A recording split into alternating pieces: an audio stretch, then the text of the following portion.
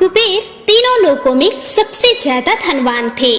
एक दिन उन्होंने सोचा कि हमारे पास इतनी सारी संपत्ति है, लेकिन कम ही लोगों को इसके बारे में पता है। इसलिए उन्होंने अपनी संपत्ति का प्रदर्शन करने के लिए एक भव्य भोजन समारोह का आयोजन करने का निश्चय किया। उस समारोह में उन्होंने तीनों लोकों के सभी देवताओं को आमंत्रित किया। भगवान शिव उनके इष्ट देवता थे, इसलिए उनका आशीर्वाद लेने कैलाश पहुँचे और कहा, प्रभु, आज मैं तीनों लोकों में सबसे धनवान हूँ। यह सब आपकी कृपा का ही फल है। अपने निवास पर एक भोज का आयोजन करने जा रहा हूँ। कृपया आप परिवार सहित भोजन समारोह में पधारने की कृपा करें।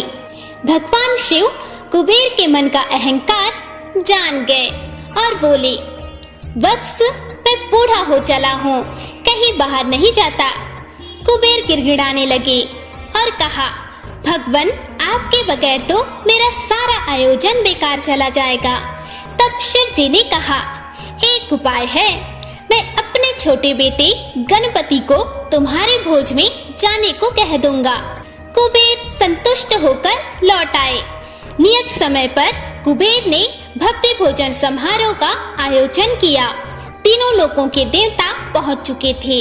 अंत में गणपति आए और आते ही कहा, मुझको बहुत तेज भूख लगी है, भोजन कहाँ है? कुबेर उन्हें ले गए भोजन से सजे कमरे में। सोने की थाली में भोजन परोसा गया। क्षण भर में ही परोसा गया सारा भोजन खत्म हो गया। दोबारा खाना परोसा गया, उसे भी गणपति जी खा गए। बार बार खाना परोसा जाता और क्षण भर में ही गणेश जी उसे चट कर जाते। थोड़ी ही देर में हजारों लोगों के लिए बना हुआ भोजन खत्म हो गया, लेकिन गणपति का पेट नहीं भरा। वे रसोई घर में पहुँचे और वहाँ रखा सारा कच्चा सामान भी खा गए, तब भी भूख नहीं मिटी।